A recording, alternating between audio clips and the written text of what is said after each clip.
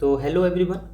पिछली वीडियो में हमने देखा कि पुली प्रॉब्लम्स को कैसे अच्छे से सॉल्व करते हैं। इस वीडियो में हम लोग सीखेंगे वर्क एंड काइनेटिक एनर्जी के बारे में। मेनली वीडियो 4 चीज़ में डिवाइड है। पहले हम देखेंगे सिंपल काइनेटिक एनर्जी क्या होता है for the sake of completeness, फिर वर्क डन डिफाइन करेंगे, उसके बाद हम डिराइव करेंगे वर्क काइनेटिक एनर्जी थ्योरम को, जिसकी मदद से हम नॉन कंजर्वेटिव प्रॉब्लम्स को आसानी से सॉल्व कर सकते हैं। एक प्रॉब्लम एग्जांपल से हम ये देखेंगे कि मान लो हमारे पास एक वेज है जिस पे एक ब्लॉक स्लाइड कर रहा है and this wedge has a frictional coefficient mu k, kinetic friction coefficient. तो यहाँ पे फाइनल वेलोसिटी क्या होगी ब्लॉक की। तो ऐसे नॉन कंजर्वेटिव सिस्टम्स जो हैं वो हम वर्क काइनेटिक एनर्जी से अच्छे से सॉल्व कर सकते हैं। तो सबसे पहले हम शुरू करते हैं कि काइनेटिक एनर्जी क्या होती है। काइनेटिक एनर्जी जैसे हम सबको पता है half m v square is the kinetic energy for any particle moving with velocity v. ये क्वांटिटी हमेशा नॉन नेगेटिव होती है, स्केलर होती है, ऐसा यूनिट जूल होता है और डायमेंशन मास की केजी, वेलोसिटी की लेंथ बाय टाइम, तो metre square by time square, क्योंकि वेलोसिटी स्क्वायर है। काइनेटिक एनर्जी को हम अगर मास से मल्टीप्लाई और डिवाइड करें तो हम इसको मोमेंटम के टर्म में भी लिख सकते हैं, पी स्क्वायर बाय 2m। और चेंज इन काइनेटिक एक्सप्रेशन मैंने यहाँ लिख रखा है क्योंकि ये बाद में काम आएगा। This is simple half m v final square minus half m v initial square, this is the change in kinetic energy. अब आते हैं वर्क डन पे। वर्क डन बाय डेफिनेशन होता है force applied on the object times how much the object moves along the force.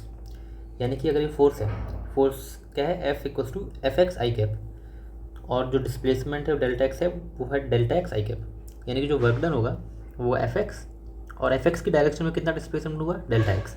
यानी कि this is the work done. अगर इसको हम ग्राफिकल देखें तो एफ और पोजीशन के ग्राफ में एफ एक्स इज कॉन्स्टेंट यानी कि स्ट्रेट लाइन।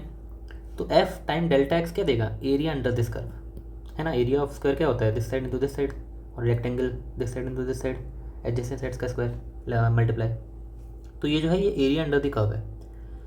इस इंटरप्रिटेशन से हम वर्क डन निकाल सकते हैं कि नॉन कांस्टेंट फोर्स से भी। नॉन कांस्टेंट फोर्स अगर होगा हमारे पास, मान लो कोई फोर्स है सम फंक्शन ऑफ एक्स, यानी कि फोर्स जो है वो किसी रैंडम तरीके से वेरी कर रहा है एज पोजीशन इज चेंजिंग, तब भी वर्क डन क्या होगा इस इंटरप्रिटेशन के हिसाब से, एरिया अंडर द कर्व। और एरिया अंडर द कर्व कैसे मिलता है हमें, इंटीग्रेशन से।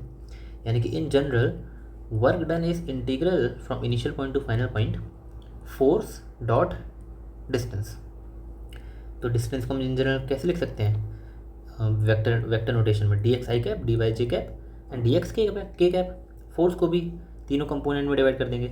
यहाँ से एफ डॉट डी आर क्या आएगा, F x d x, F y d y, F z d z. यानी कि integral F dot d r is this. अब किसी एक क्वांटिटी को उठाओ एफ एक्स डी एक्स, इसको हम सॉल्व करेंगे। तो एफ एक्स डी एक्स को क्या लिख सकते हैं हम, एफ एक्स को लिख सकते हैं mass time acceleration in x direction. Acceleration in x direction को क्या लिख सकते हैं, d v by D t. D t का अगर हम ऊपर नीचे मल्टीप्लाई करेंगे तो ये डी टी कैंसिल हो जाएगा and D X by D T बचेगा। D X by D T है ये, D X by D T क्या है, वी एक्स। यानी कि हमने इस पोजीशन इंटीग्रल को वेलोसिटी इंटीग्रल में चेंज कर लिया, क्योंकि अब हमारे पास डी वी एक्स है और ये जो चीज़ है ये भी वी एक्स है। तो जो हमारी इनिशियल लिमिट थी एक्स आई से एक्स एफ, इनिशियल पोजीशन से फाइनल पोजीशन, अब वो हो जाएगी इनिशियल वेलोसिटी से फाइनल वेलोसिटी। और ये जो वेलोसिटी है x component of initial velocity and x component of final velocity, m v x d v x. V x यहाँ से आया, डी वी एक्स यहाँ से आया। तो इसका इंटीग्रल क्या होता है, एक्स का इंटीग्रल एक्स स्क्वायर होता है, यानी कि वी एक्स का इंटीग्रल क्या होगा, वी एक्स स्क्वायर बाई 2, यानी कि half m v x final square minus v x initial square. यही वो एक्सप्रेशन है जो मैंने initial change in kinetic energy में लिखा है। अब ये जो आया है ये तो एक इसके लिए आया, एफ एक्स डी एक्स के लिए, इसके लिए भी सेम होगा, इसके लिए भी सेम होगा, बस वेलोसिटी को हम चेंज कर देंगे। यहाँ पे डेल्टा वी एक्स आया, उसके लिए आएगा delta v y, delta v z. तो ये जो हमारा टोटल वर्क डन है, यहाँ से हमें वर्क काइनेटिक एनर्जी थ्योरम मिलती है जो कि कहती है total work done is change in kinetic energy of the system. ठीक है, ये बहुत ही इंपॉर्टेंट थ्योरम है। ये तो थ्योरम का डेरिवेशन हो गया। अब जो इंपॉर्टेंट चीज़ है वो है कि इसकी मदद से हम क्वेश्चन कैसे सॉल्व करते हैं। तो मान लो तुम्हारे पास ये एग्जाम्पल है, ये एक वेज है एंगल थीटा पे, और ये एक बॉक्स है जो इस एक्स आई वी आई से शुरू हुआ, यानी कि इनिशियल पोजीशन इसकी एक्स आई थी, इनिशियल वेलोसिटी इसकी वी आई थी, और कुछ टाइम बाद इनिशियल वो फाइनल पॉइंट पे आ गया x final with velocity v final. और यहाँ पे काइनेटिक फ्रिक्शनल कोफिशिएंट है म्यू के। तो हमें फाइनल वेलोसिटी फाइंड करनी है, ये हमारा क्वेश्चन है। सबसे पहले हम कोऑर्डिनेट डिफाइन कर देंगे कि along the ways down side को हम मान लो पॉजिटिव एक्स डायरेक्शन और वेज के परपेंडिकुलर अपवर्ड डायरेक्शन को मान लो वाई डायरेक्शन। ठीक है, कोऑर्डिनेट डिफाइन करना हमेशा मैकेनिक्स की प्रॉब्लम में बहुत नेसेसरी होता है, वरना प्लस माइनस की बहुत दिक्कत हो जाती है। यहाँ पे फ्री बॉडी डायग्राम है, एम जी मास का डाउनवर्ड एक्ट करेगा एम जी, अगर ये थीटा है तो ये भी थीटा होगा, क्यों? क्योंकि ये 90, ये एंगल 90 माइनस थीटा और ये पूरा 90 है तो ये थीटा। ठीक है, ये थीटा हो गया। एम जी थीटा का रेजोल्यूशन यहाँ पे कंपोनेंट एम जी कॉस थीटा, यहाँ पे कंपोनेंट एम जी साइन थीटा, ये नॉर्मल रिएक्शन और ये बैकवर्ड फ्रिक्शन। अब वर्क काइनेटिक एनर्जी थ्योरम से total work done is half m v final square minus v initial square. ये तो वर्क एनर्जी थ्योरम से आ गई।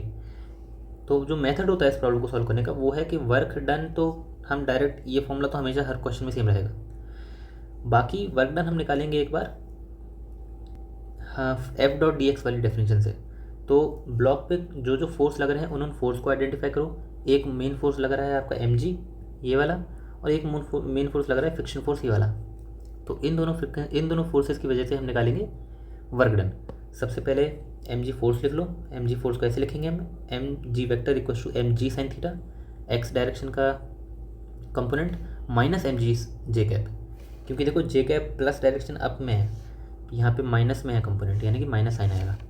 फ्रिक्शन फोर्स कैसे लगेगा, माइनस म्यू के एन और आई कैप, अज्यूमिंग ब्लॉक जो है डाउनवर्ड मूव करेगा, डाउनवर्ड ही करेगा क्योंकि इसीलिए इसकी जो डायरेक्शन होती है फ्रिक्शन फोर्स की वो मोशन के अपोजिट होती है, यानी कि माइनस आई कैप। तो work done by friction force निकालेंगे अगर, तो एफ के dot D S initial position से फाइनल पोजीशन तक क्या आ जाएगा। एफ के तो तुम्हारा म्यू के एम जी कॉस थीटा है, डी एक्स ये एक्स पे डिपेंड तो करता नहीं है, तो फिर फाइनल आंसर आ जाएगा म्यू के M G cos theta X F minus X I. ये है work done by friction force. अब अगर work done by M G निकालेंगे तो अगेन एम जी को हम लिखेंगे फुल वेक्टर फॉर्म में, M ji sine theta I cap minus M G cos theta G cap, और जो डी एस है वो है डी एक्स आई कैप ओनली, क्योंकि वाई डायरेक्शन में तो कोई मूवमेंट है ही नहीं ब्लॉक की, तो डी वाई तो जीरो ही रहेगा, है ना। यानी कि जब आई कंपोनेंट जो है वो वर्क डन में कंट्रीब्यूट करेगा, ये वाला कंपोनेंट वर्क डन में कंट्रीब्यूट नहीं करेगा, यानी कि वर्क डन आ जाएगा तुम्हारा एम जी साइन थीटा और integration D X gives X F minus X I. अब X F minus X I को सिंप्लिसिटी के लिए अज्यूम कर लो एल नॉट, यानी कि ये पूरी डिस्टेंस है जो ब्लॉक ने वेज पे ट्रैवल की। फाइनल वेलोसिटी को मान लो वी, इनिशियल वेलोसिटी मान लो वो रेस्ट से ब्लॉक स्टार्ट किया, वी इनिशियल इज 0। तो हम वर्क एनर्जी थ्योरम लगाएंगे। अब टोटल वर्क डन क्या हो गया हर फोर्स की वजह से, माइनस म्यू के M G cos theta l naught हो गया फ्रिक्शन फोर्स की वजह से, और प्लस एम जी साइन थीटा एल नॉट हो गया एम जी की वजह से। ये टोटल वर्क डन है, और टोटल वर्क डन किसके इक्वल होता है, half m v in final square minus v initial square, यहाँ से वी स्क्वायर निकल आएगा विच इज़ दिस। तो इस तरह के non conservative systems work kinetic energy equation से बहुत आसानी से सॉल्व हो जाते हैं। एक मैं आपको प्रॉब्लम दे सकता हूँ, मतलब प्रॉब्लम सॉल्व करना नहीं है, बस ये बताना है क्या ये वर्क काइनेटिक एनर्जी से सॉल्व हो सकती है। फॉर एग्जांपल अगर मैं आपको ये दूँ और यहाँ पे स्प्रिंग है, ये बॉल है, बॉल यहाँ से रोल करेगी, ठीक है। ये जो रीजन है इसमें है काइनेटिक फ्रिक्शन म्यू के कोफिशिएंट फ्रिक्शन कोफिशिएंट, और ये फ्रिक्शनलेस है मान लो, और ये है आपकी स्प्रिंग। तो क्या आप इसको वर्क काइनेटिक एनर्जी से सॉल्व कर सकते हैं? अगर नहीं तो फिर इसमें क्या एडिशनल कंसेप्ट है जो लगेगा, जो कि हम नेक्स्ट वीडियो में देखेंगे। आज के लिए इतना ही, थैंक यू।